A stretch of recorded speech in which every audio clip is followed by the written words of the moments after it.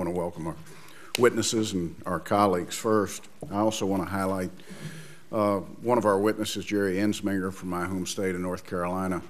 Jerry, welcome. Thank you for your tireless advocacy for veterans and their families who lived at Camp Lejeune and faced a water contamination problem. Madam Chairman, I also want to note once again the administration failed to submit testimony on time. Although the VA made efforts to ensure the committee had relevant information ahead of time, we did not receive the views of the Department of Labor until less than 24 hours ago. Madam Chairman, this cannot be allowed to continue.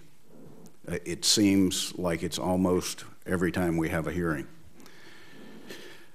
Before I discuss a few bills of interest to me, I want to talk generally about the path forward. This legislative hearing is one step in figuring out whether the 35 bills on the agenda should be advanced by this committee at a markup later this month. These bills would collectively spend billions of dollars to expand or modify existing veterans programs and in some cases create new ones. As we examine each bill, I think it's important to keep in mind that our nation's faced with staggering deficits and debt and is on a fiscal path that is unsustainable.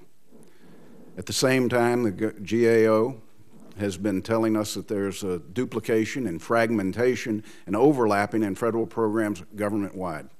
According to GAO, reducing or eliminating overlap could actually help agencies provide better services and save billions of dollars each and every year.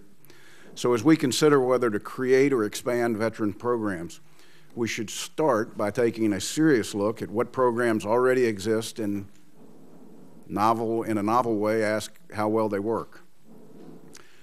We should look at whether reducing any duplication could make existing services more efficient and more effective. This would help us narrow in on what legislative changes are actually needed to improve benefits and services for our veterans, their families, and their survivors. In addition, I hope it would help us avoid a situation like we discussed at recent committee hearings where efforts to solve problems facing transitioning service members seem to have created more bureaucracy without improving services to our nation's wounded warriors. Finally, we need to understand the cost of any legislative changes, and more importantly, we must figure out how we would pay for them. I'll not shy away from providing those who have served and sacrificed for our nation with the benefits and services they need. More importantly, they are promised.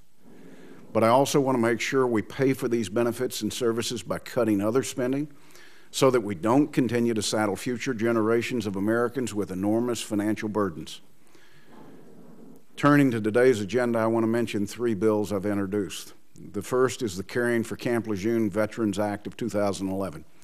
As we discussed at other hearings, the water at Camp Lejeune was contaminated with known or probable human carcinogens for decades. Unaware of dangers, service members and their families drank, bathed, and cooked in that water. Unfortunately, some of them have become seriously ill or have died from devastating conditions like rare cancers. Today, we'll hear one heartbreaking account of a child, Jerry Ensminger's daughter, who was born at Camp Lejeune while the water was contaminated and tragically died of leukemia at the age of 9. To try to provide some answers about why Jerry's daughters and others have become sick, studies are underway to gauge how much of the dangerous chemicals they were exposed to and how it impacted their health. But those who were put at risk should not have to wait for these studies before the VA will provide them with care. We should make sure that they get the treatments they need now to combat any adverse effects from these toxins we know they were exposed to. To that end, this bill would allow veterans to get medical care from the VA if they were stationed at Camp Lejeune when the water was contaminated. It would also allow their families who lived on the base to receive care for conditions that can be associated with the contaminated water. After hearing Jerry's painful story, I hope my colleagues will agree that this is the right thing to do. Families like Jerry's have already waited too long for answers they deserve and the help they need. Another bill, S-423, would help deal with the backlog of claims at the VA.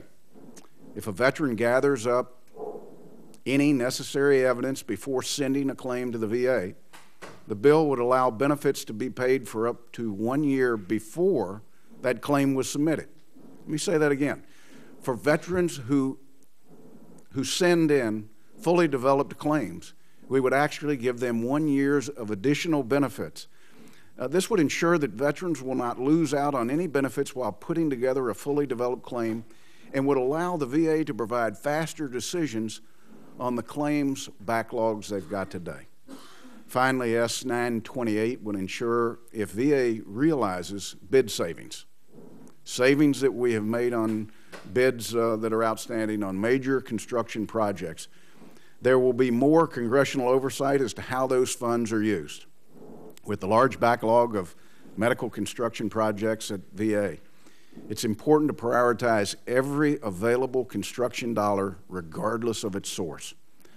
I look forward to discussing these bills and other bills with our witnesses today. More importantly, I look forward to working with my colleagues, the administration, veterans groups, and other stakeholders to improve the effectiveness of existing veterans programs, to figure out what legislative changes are truly needed, and to find the best ways to pay for these.